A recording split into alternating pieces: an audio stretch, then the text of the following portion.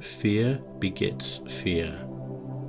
Do you ever slow down in life enough to question where the reality you currently inhabit comes from? How is it created? What sustains it? Why is there abuse and suffering? Why conflict? Have you ever managed, even briefly, to observe the part your thoughts play in creating the world you live in? Of course, humanity has created a structure, albeit a very splintered one, to define the world we live in.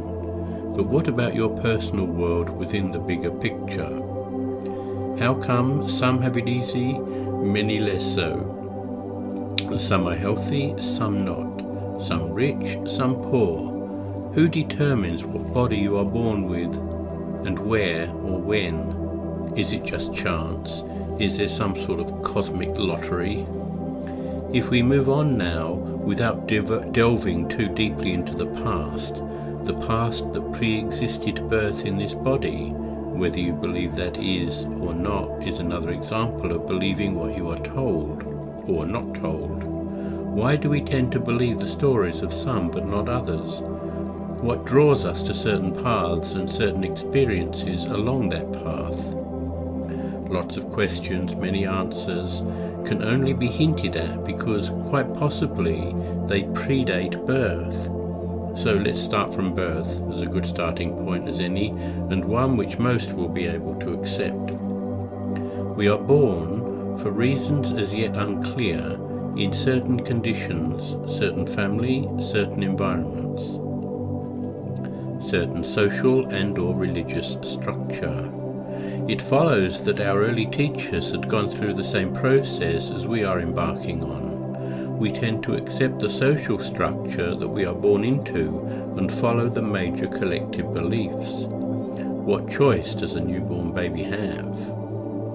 If you have had children and watched them change on a daily basis, you will see that the child, or the being that currently inhabits that tiny body, slowly becomes a person with shared skills and later individual talents. It is though the spirit of the child, finding itself once again the centre of attention in a very dependent body, spends some time trying to reconcile the fact that moments, relatively speaking, ago they were a disembodied awareness. Now all of a sudden they are back in another body. Must be a shock, especially if someone smacks you on the bum as a welcoming gesture. Nice.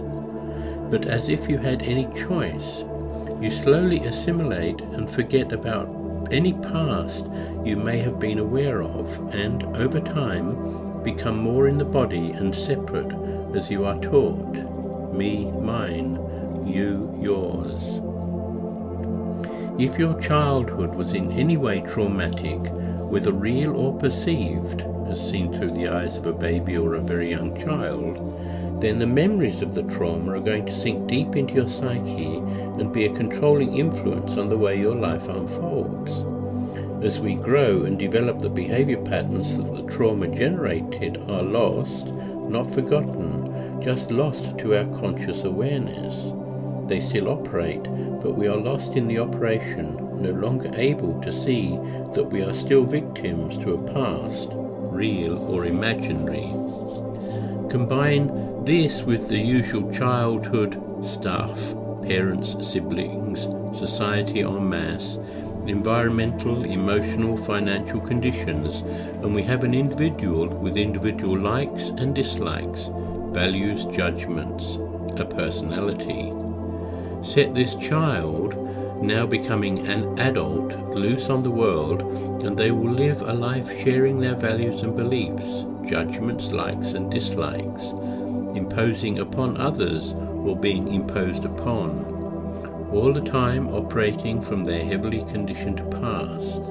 Depending on the society they grew up in, they will have some very deep fundamental perceptions of good and bad. These strongly polarized perceptions will not change. In fact, if the individual gravitates to groups of those who see the world through the same eyes, those beliefs will only get stronger. Now we see, from the programming each person received, how various emotions can underlie the very structure of their being, how each thought or feeling is self-perpetuating as it seeks out like-minded souls for safety and support. Coming back to anger, although this is only one small example of the concept, anger begets anger, anxiety, rage, frustration, resentment, judge, joy, happiness, peace, so many different emotions, all the same fundamental issue. The more energy we give to any one emotion, the more prevalent that becomes in your life. Back for another moment to anger. We feel hurt because life is not going exactly the way we would like it to go. We find someone to blame for this. We get angry at this person who we hold responsible. We allow the anger to grow, out in the open or hidden. Our very system radiates anger. We affect those near to us, and if they are of a like mind, we reinforce their own anger, now focused on a common enemy. Of course, if they are not of a like mind, they will go into their own preconditioned response, which can lead to more aggression, defensiveness, or we simply run away. The environment too toxic for us to feel comfortable. This is the same for any emotion. The more energy we give it, the more real it appears to be.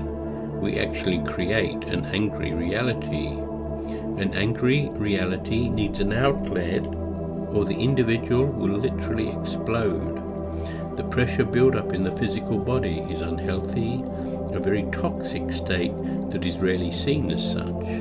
Why? Because the angry person is so lost in the emotion that they have lost, assuming they ever had it in the first place, the power of objectivity. So anger begets anger, as focused attention on any emotion will develop a reality accordingly. Do we choose to be angry, or are we the product of an angry past? An angry person will claim they are writing their own story, but could it be that the story is writing them? How far down the rabbit hole are you?